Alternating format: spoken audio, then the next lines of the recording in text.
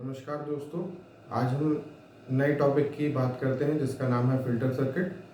तो इससे filter circuit को पढ़ने से पहले आपको सबसे पहले पता होना चाहिए कि प्रीवियस में मैंने आपको क्या पढ़ाया था, यानी कि फुल वेव रेक्टिफायर और हाफ वेव रेक्टिफायर के बारे में। तो आपको पता होना चाहिए कि फ़िल्टर सर्किट के लिए सबसे पहले फुल वेव और हाफ वेव रेक्टिफायर का पता होना बहुत ही ज़रूरी है। तो चलिए आज स्टार्ट करते हैं टॉपिक फ़िल्टर सर्किट।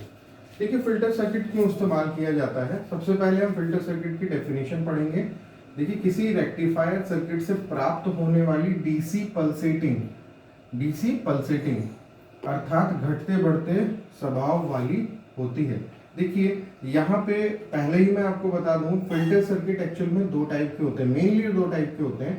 एक होता है इंडक्टर फिल्टर और दूसरा होता है कैपेसिटर फिल्टर। दूसरा कैपेसिटर फिल्टर वो हम बाद में बात करेंगे उसकी। सबसे पहले इंडक्टर फिल्टर की मैं बात कर रहा हूँ। अभी इस डेफिनेशन में जो चीज़ बोली गई है, इसमें डीसी पल्सेटिंग बोला गया है कि रेक्टिफायर सर्किट से प्राप्त होने वाली, यानी रेक्टिफायर सर्किट के आउटपुट पे हमें क्या मिलेगी, डीसी पल्सेटिंग मिलेगी। तो आप यहाँ पे देखेंगे इंडक्टर फिल्टर लिखा हुआ है और ये सर्किट मैंने बनाया हुआ है इंडक्टर फिल्टर का। ये है हमारा रेक्टिफायर सर्किट। रेक्टिफायर सर्किट जैसे कि आपको पता होगा, रेक्टिफायर सर्किट जिसमें हम डायोड को इस्तेमाल करते हैं, यानी कि हाफ वेव रेक्टिफायर सर्किट भी आपने पढ़ा है, फुल वेव रेक्टिफायर सर्किट भी आपने पढ़ा हुआ है। तो उससे जो आउटपुट निकलता है वो भी आपने नोटिस किया होगा प्रीवियस वीडियो में। अगर जिसे बच्चे को नहीं पता तो देख सकता है। तो इस टाइप का जस्ट कंटिन्यूअस आउटपुट हमें मिलता है किसके द्वारा, फुल वेव के द्वारा। देखिए, तो यहाँ पे फुल वेव के द्वारा जो आउटपुट, फुल वेव रेक्टिफायर के द्वारा जो हमें आउटपुट मिला हुआ है वो कुछ इस प्रकार का आउटपुट यहाँ पे मिला हुआ है कि हमने इनपुट दिया और रेक्टिफायर सर्किट से इस तरीके का हमें आउटपुट मिला। तो आगे डेफिनेशन में पढ़ते हैं क्या है, डीसी पल्सेटिंग। यही हमारा डीसी पल्सेटिंग है। डीसी पल्सेटिंग का मतलब एसी और डीसी दोनों कंपोनेंट इसमें हैं, अर्थात घटते बढ़ते स्वभाव वाली होती है। देखिए, घटते बढ़ते स्वभाव वाली ही है ये, जो कि वैरी कर रही है। पल्सेटिंग इसलिए बोला गया क्योंकि ये वैरी कर रही है। अतः पल्सेटिंग डीसी को प्योर डीसी में परिवर्तित करने के लिए, पल्सेटिंग डीसी को प्योर डीसी में कन्वर्टेड करने के लिए, यानी परिवर्तन करने के लिए कैपेसिटर्स, चॉक्स, प्रतिरोध से निर्मित एक परिपथ प्रयोग किया जाता है जो फिल्टर सर्किट कहलाता है। अब ये क्या बोल रहा है कि हमें, क्योंकि यहाँ पे एसी और डीसी दोनों कंपोनेंट है, हमें क्या चाहिए, प्योर डीसी चाहिए आउटपुट पे। तो एसी कंपोनेंट नहीं होना चाहिए, सिर्फ और सिर्फ क्या होना चाहिए, डीसी होना चाहिए। तो हम इसका प्योरिफिकेशन करेंगे। तो प्योरिफिकेशन किसके द्वारा होता है, यानी कि हम क्या काम कर रहे हैं, जो आपका एसी प्लस डीसी कंपोनेंट जैसे आउटपुट पर रेक्टिफायर सर्किट के आउटपुट पर मिला है, उसको बाय फिल्टर सर्किट के जरिए हम आउटपुट पे प्योर डीसी लेने की कोशिश करेंगे। इसी को ही हम फिल्टर सर्किट बोलते हैं। और फिल्टर सर्किट में आपको मैं बता दूं, जैसे अभी हमने कैपेसिटर का जिक्र करा, तो अभी इससे नेक्स्ट जो मैं आपको बताऊंगा वो सेकंड फिल्टर सर्किट जो है हमारा कैपेसिटर फिल्टर सर्किट ही है। तो कैपेसिटर भी लगा के हम लोग फिल्टरिंग करते हैं। चॉक और प्रतिरोध तो लगता ही है, उसमें भी प्रतिरोध लगता है, प्रतिरोध यहाँ पे भी लगा हुआ से निर्मित एक परिपथ प्रयोग किया जाता है, यानी कि सर्किट एक प्रयोग किया जाता है जिसे हम फिल्टर सर्किट बोलते हैं। तो यहाँ पे आप देख रहे होंगे ये एक जो सर्किट है वो आपका क्या है, फिल्टर सर्किट है।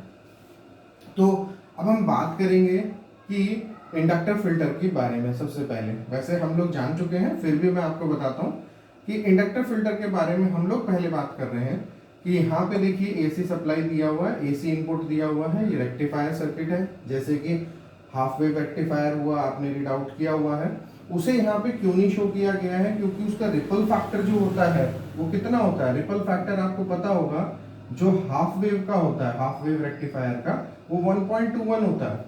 तो यहाँ पे रिपल्स क्या होती है, बहुत ज्यादा होती है। और आपने फुल वेव रेक्टिफायर की अगर बात करें तो रिपल फैक्टर उसका कितना होता है, 0.482। तो इसका रिपल फैक्टर कम होता है। मैंने आपको बताया था कि जिस किसी में भी रिपल फैक्टर कम होगा उसमें वेरिएशंस भी क्या होंगे, कम होंगे, यानी एसी का कंपोनेंट भी कम होगा। तो इसलिए हमने इस्तेमाल किसे किया हुआ है, फुल वेव रेक्टिफायर को। उसमें सेंटर टेप भी आता है और ब्रिज रेक्टिफायर भी आता है। आपको मैं बता दूं, ब्रिज ज़्यादा यूज किया जाता है। तो आउटपुट दोनों का वैसे सेम ही है, सेंटर टेप का भी सेम है और ब्रिज रेक्टिफायर का भी सेम ही आउटपुट जैसा आपको यहाँ पे दिखाया गया है वही है। तो आप देखे होंगे कि रेक्टिफायर से जो आउटपुट वोल्टेज मिली वो कुछ इस प्रकार मिली है, इतना तो आप जानते ही होंगे। अब फिर मैंने क्या काम करा, फिल्टर सर्किट का इस्तेमाल किया। फिल्टर सर्किट यानी कि इंडक्टर फिल्टर पहली बात कर रहे हैं, तो इंडक्टर यहाँ पे मैंने एक चौक लगा दी है। चौक यानी कि एक तरीके से इंडक्टर ही होता है क्योंकि उसके अंदर कॉइल ही होती है, तो एक तरीके से उसको हम इंडक्टर ही मानते हैं। तो यहाँ पे आप देखेंगे लोड रेजिस्टेंस है, इसी से ही हम लोग आउटपुट वोल्टेज ले रहे हैं। तो देखेंगे कि ये कैसे काम करता है इंडक्टर फिल्टर।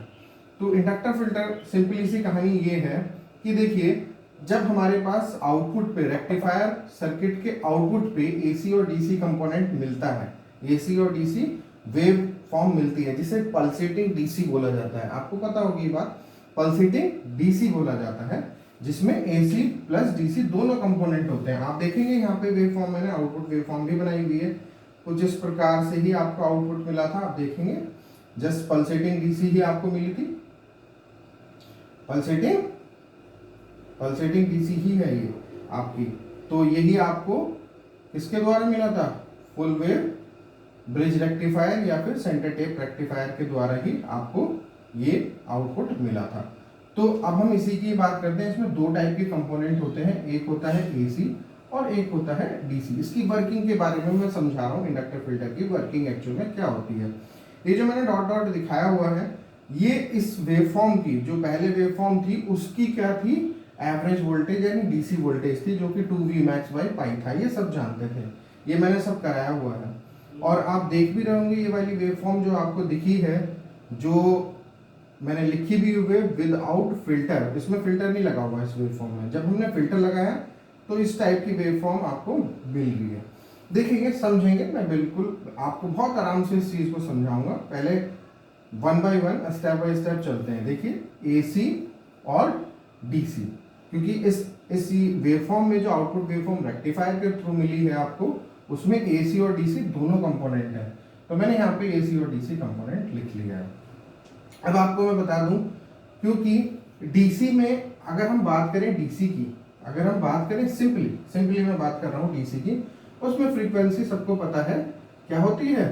सिंपली फ्रीक्वेंसी क्या होती है, 0 हर्ट्ज, यानी 0 फ्रीक्वेंसी होती है डीसी के केस में। तो अगर हम बात करें इंडक्टर, क्योंकि यहाँ पे एक चॉक कॉइल लगाई गई है फिल्टर सर्किट के, मतलब फिल्टरिंग करने के लिए चॉक कॉइल लगाई गई है, जो कि एक इंडक्टर है, और इंडक्टर के अक्रॉस उसका रेजिस्टेंस यहाँ पे नहीं लिया जाता इंडक्टर के अक्रॉस। इंडक्टर के अक्रॉस क्या लिया जाता है, इंडक्टिव रिएक्टेंस। क्या लिया जाता है, इंडक्टिव रिएक्टेंस। ये भी आपने पढ़ा होगा, ये बेसिक इलेक्ट्रिशियन थ्योरी में हम लोगों ने पढ़ा है। तो एक्सएल हमारे पास कितना आया, एक्सएल हमारे पास आया ओमेगा एल। हमारे पास क्या होता है, XL equals to omega L. तो XL equals to omega L, omega कितना है हमारा 2 पाई एफ एल। हमारे पास कितना है ओमेगा 2 पाई एफ एल। देखिए, हम बात कर रहे थे डीसी की, जो फ्रीक्वेंसी हमारी क्या हो जाती है यहाँ पे 0। डीसी के केस में फ्रीक्वेंसी हमारी 0 होती है। तो आपको पता होगा यहाँ पे एक्सएल है, एक्सएल जिसे हम लिख रहे हैं क्या, ओमेगा एल लिख रहे हैं। और आपको पता भी होगा इसकी यूनिट भी ओम ही होती है। तो एक रेजिस्टेंस होता है। यहाँ पे इंडक्टर के केस में हम लोग रेजिस्टेंस ना लेते हुए इंडक्टिव रिएक्टेंस के बारे में बात करते हैं, क्योंकि यहाँ पे रेजिस्टेंस का जो बिल्कुल प्रॉपर्टी शो करता है वो एक तरीके से इंडक्टिव रिएक्टेंस होता है इंडक्टर के लिए। तो XL equals to omega L हो गया, और ओमेगा एल को लिखते हैं आप 2 पाई एफ एल। ये प्रीवियस वीडियो में आप देख सकते हैं, बेसिक इलेक्ट्रिशियन थ्योरी में मैंने बड़े इत्मीनान से आपको ये सारी चीजें बताई हैं। तो आप देखे होंगे ये फ्रीक्वेंसी 0 हो रही है डीसी के केस में। तो ये फ्रीक्वेंसी आपकी अगर 0 हो जाएगी, ये फ्रीक्वेंसी अगर आपकी 0 हो जाएगी तो एक्सएल क्या हो जाएगा, 0 हो जाएगा। तो ये एक तरीके से किसकी कंडीशन है, ये एक तरीके से शॉर्ट सर्किट की कंडीशन होती है। ये एक तरीके से शॉर्ट सर्किट की कंडीशन होती है। यानी सिंपल लैंग्वेज में मैं जस्ट आपको बताऊं कि क्या होगा कि यहाँ पे एसी और डीसी कंपोनेंट, ये वेवफॉर्म जो है, इस वेवफॉर्म में एसी और डीसी कंपोनेंट दोनों हैं। हमें प्योर डीसी चाहिए आउटपुट पे, तो वो क्या काम करेगा, चॉक कॉइल हमने इसके सीरीज में लगा दी है, तो आप देखेंगे कि एसी को तो ये ब्लॉक कर देगा, एसी को ब्लॉक करेगा और डीसी को पास करा देगा। क्यों? क्योंकि डीसी के लिए एक तरीके से ये क्या है, शॉर्ट सर्किट बिहेव करता है। तो ये किसे ब्लॉक करेगा, एसी को ये ब्लॉक कर देगा। ठीक इसी तरीके से अगर आप इस तरीके से भी नहीं समझ रहे हो तो कुछ अलग तरीका मैं आपको बता देता हूं। जैसे कि आपको पता है इंडक्टर के अक्रॉस वोल्टेज कितनी होती है, इंडक्टर के अक्रॉस वोल्टेज हमारी होती है V equals to L D I by D T. और आपको पता होगा इधर जो करंट है वो वेरी कर रहा है with respect to time, with respect to time. आपको मैंने बताया था अगर ये चीज जीरो हो जाए तो वोल्टेज आपकी क्या हो जाएगी, जीरो।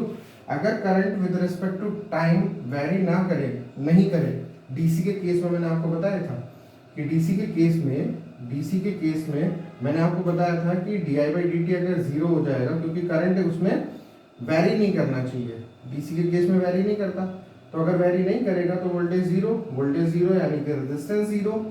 तो रेजिस्टेंस जीरो का मतलब ये आपकी कौन सी कंडीशन होगी, शॉर्ट सर्किट की। तो हम एक अलग वे में भी इसको बोल सकते हैं कि हमारा एक तरीके से इंडक्टर क्या काम करता है, इसकी खुद की प्रॉपर्टी होती है, खुद का गुण होता है कि वो इसको करंट को वेरी होने नहीं देगा विद रिस्पेक्ट टू टाइम, यानी करंट को वेरी होने नहीं देगा विद रिस्पेक्ट टू टाइम। ये जो करंट चल रहा है उसे वेरी होने नहीं देगा, उसे रोक देगा यहाँ पे।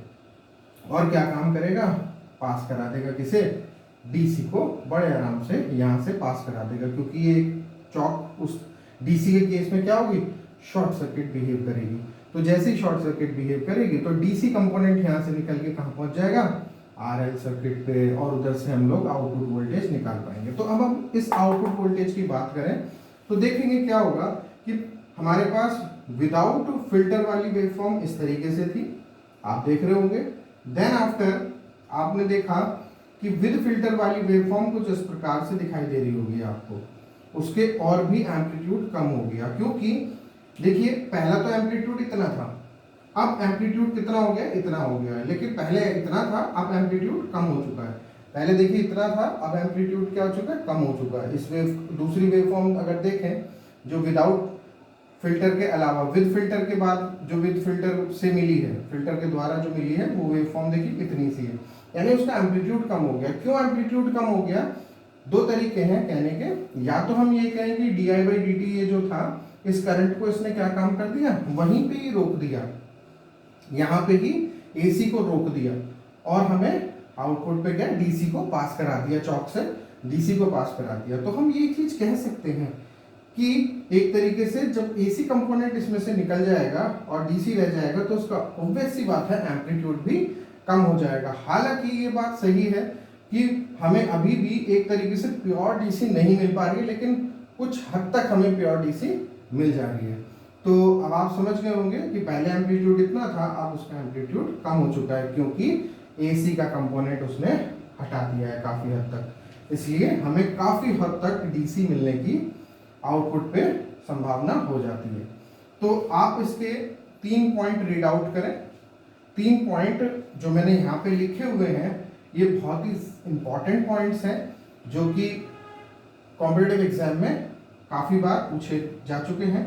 तो कुछ इस तरीके से मैंने 3 पॉइंट लिखे हुए हैं, तो आप देखेंगे, पढ़ेंगे कि करंट फिल्टरिंग के लिए इंडक्टर फिल्टर यूज करते हैं। करंट फिल्टरिंग के लिए देखिए ये पॉइंट किस तरीके से हमें याद भी रखना है, हमें याद भी रखना है ये पॉइंट, क्योंकि एग्जाम पॉइंट ऑफ व्यू से ये पॉइंट बहुत ही इंपॉर्टेंट है।